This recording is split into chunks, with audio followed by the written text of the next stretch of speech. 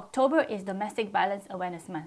This is part 5 of me covering why does he do that? Key takeaways from this book about angry and controlling men. Myth number 10. He is afraid of intimacy and abandonment. Abusive men are often jealous, possessive, and their coercive and destructive behaviors can escalate when their partners attempt to break up. Here it says, if a person's panicked reaction to being left could cause threats, stalking, or murder, our entire society would be a war zone. But post-separation homicides of intimate partners are committed almost exclusively by men, and there is always a history of abuse before the breakup. Coercive control is present in 99% of intimate partner homicides, which is why certain parts of the world are working to criminalize this behavior to reduce the number of homicides. For example, in Australia, New South Wales, Queensland, Tasmania, and South Australia have already criminalized coercive control,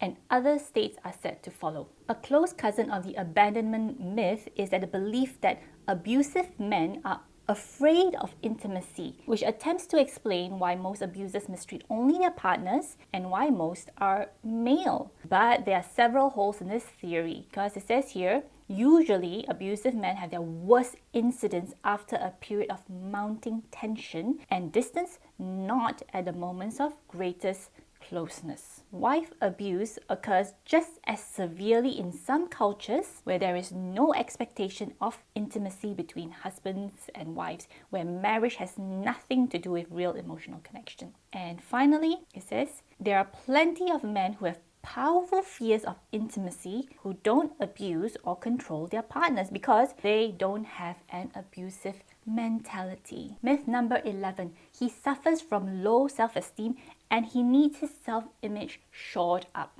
So is it because he feels bad about himself that he's abusive? An abused woman tends to pour precious energy into supporting her abusive partner and massaging his ego, hoping against hope that if his ego is well stroked, then his next explosion might be averted. But you can't manage an abuser except for brief periods. When you try to improve an abuser's feelings about himself, his problem actually tends to get worse. An abusive man expects catering, and the more positive attention he receives, the more he demands. He never reaches a point where he is satisfied, where he's given enough. Rather, he gets used to the luxurious treatment he is receiving and soon escalates his demands. The self-esteem myth is rewarding because his partner, his therapist, and others like family members cater to him emotionally. Now imagine the privileges an abusive man may acquire, getting his own way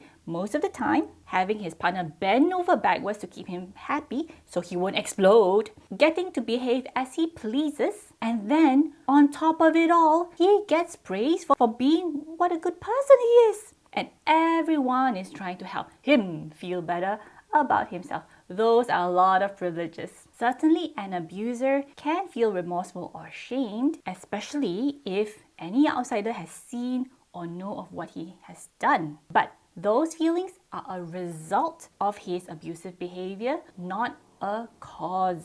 The abusive man tends to get more comfortable with his own behavior as the relationship progresses, and the remorse eventually dies out, suffocated under the weight of his justifications. Myth number 12. His boss abuses him so he feels powerless and unsuccessful. He comes home and takes it out on his family because that is the only place he can feel powerful. Hundreds of Lundy Bancroft's clients are popular, successful, good-looking, not the downtrodden looking for a scapegoat for their inner torment. Some of the worst abusers that Lundy Bancroft have worked with have been at the top of the management ladder with no boss to blame. So the key point here is, the more power these men have in their jobs, the more catering and submission they expect at home. I have never once had a client whose behavior at home has improved because his job situation improved. Myth number 13. He has poor communication, conflict resolution, and stress management skills. He needs training. This is a myth. An abusive man is not unable to resolve conflicts non-abusively. He is unwilling to do so. That is a key distinction. Myth number 14. There are just as many abusive women as abusive men. Abused men are invisible because they are ashamed to tell. There are certainly some women who treat their male partners badly. It's not to say that it's non-existent. However, this issue of family and domestic violence remains a highly gendered issue. And he says here, where the men whose partners are forcing them to have unwanted sex? Where are the men who are fleeing to shelters in fear for their lives? How about the ones who try to get a phone to call for help, but the women block their way or cut the line? So it's not that they don't exist, they are rare. And he says here, I don't question how embarrassing it would be for a man to come forward because there is still a lot of stigma for abused men. But don't underestimate how humiliated a woman feels when she reveals abuse. Women crave dignity just as much as men do. What is far more common is abusive men commonly like to play the role of a victim. And in many cases, when they claim to be battered men, they are actually the perpetrators of violence. Research has backed this up. Myth number 15. Abuse is as bad for the man who is doing as it is for his partner. They are both victims. So his clients get over the pain of the abuse incidents far, far faster than their partners do. Certainly, abusing one's partner is not a healthy lifestyle. It has negative effects, but it does not hold a candle to the emotional and physical pain, loss of freedom, self-blame, and numerous other shadows that abuse casts over the life of its female target. Unlike alcoholics and addicts, abusive men don't hit rock bottom. They continue abusing for 20 to 30 years and their careers remain successful, their health stays healthy, their friendships endure. They tend to benefit in many ways from their controlling behaviors. An abuser can outperform his victim on psychological tests because he isn't the one who has been traumatized by years of psychological or physical assaults. If someone listens carefully to an abused woman, you will not be fooled into believing that life is equally hard for the men. Myth number 16. He is abusive because he has faced so much societal discrimination and disempowerment as a man of color, so at home he needs to feel powerful. This myth is addressed in detail in a further chapter. But in summary, if a man has experienced oppression himself, it could just as easily make him more sympathetic to a woman's distress as less so. Myth number 17. The alcohol is what makes him abusive. If I can get him to stay sober, our relationship will be fine. Alcohol cannot create an abuser, and sobriety cannot cure one. There are plenty of men who do not drink alcohol or abuse drugs who are abusive.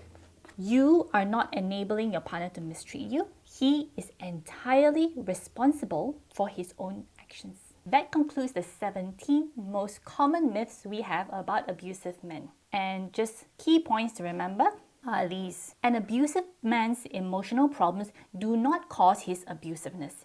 You cannot change him by figuring out what is bothering him, helping him to feel better, improving the dynamics of your relationship. Feelings do not govern abusive or controlling behavior. Beliefs, values, and habits are the driving forces. The reason that an abusive man gives for his behavior are simply excuses. There is no way to overcome a problem with abusiveness by focusing on tangents such as self-esteem, conflict resolution, anger management, or impulse control.